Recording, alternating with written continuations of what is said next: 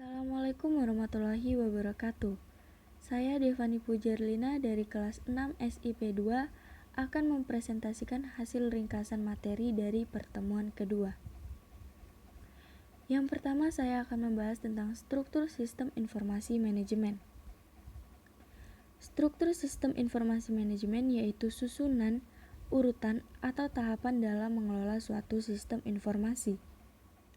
Struktur sistem informasi pada dasarnya dibedakan menjadi dua, yaitu sistem yang terstruktur atau formal dan sistem yang tidak terstruktur atau non-formal.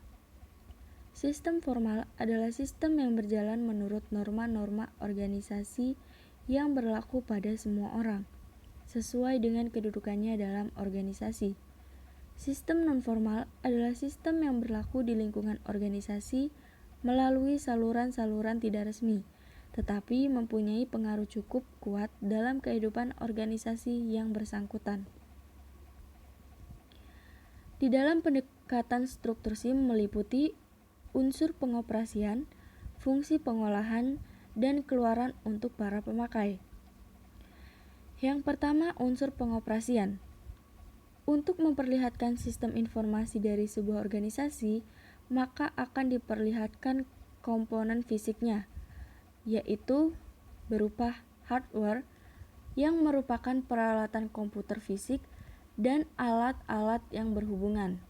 Kemudian ada software, merupakan istilah yang diberikan untuk instruksi secara langsung dari hardware. Kemudian ada database. Database berisi semua data yang digunakan untuk aplikasi software.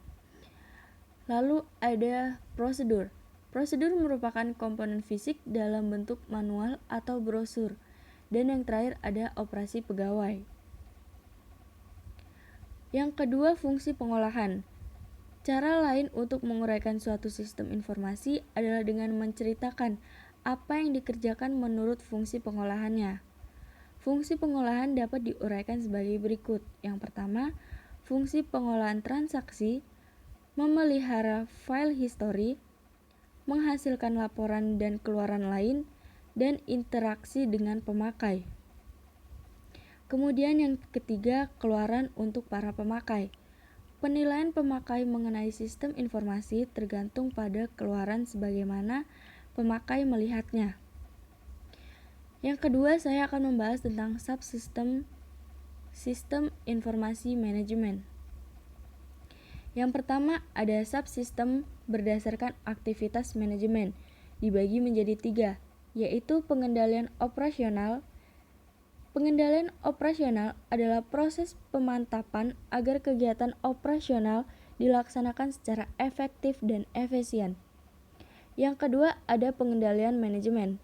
Informasi pengendalian manajemen diperlukan oleh berbagai manajer bagian, pusat laba, dan sebagainya untuk mengukur prestasi, memutuskan tindakan pengendalian, merumuskan aturan keputusan baru untuk ditetapkan personalia operasional, dan mengalokasikan sumber daya. Yang ketiga, perencanaan strategik. Perencanaan strategik mengembangkan strategi sebagai sarana suatu organisasi untuk mencapai tujuan. Yang kedua, ada struktur sistem informasi berdasarkan fungsi organisasi. Setiap informasi dapat dianggap sebagai kumpulan subsistem yang didasarkan atas fungsi yang dilaksanakan dalam organisasi. Subsistem-subsistem yang umum adalah sebagai fungsi-fungsi utama suatu organisasi dalam pemasaran, produk, logistik, personalia, keuangan, dan akuntansi. Sekian presentasi dari saya akhiri. Wassalamualaikum warahmatullahi wabarakatuh.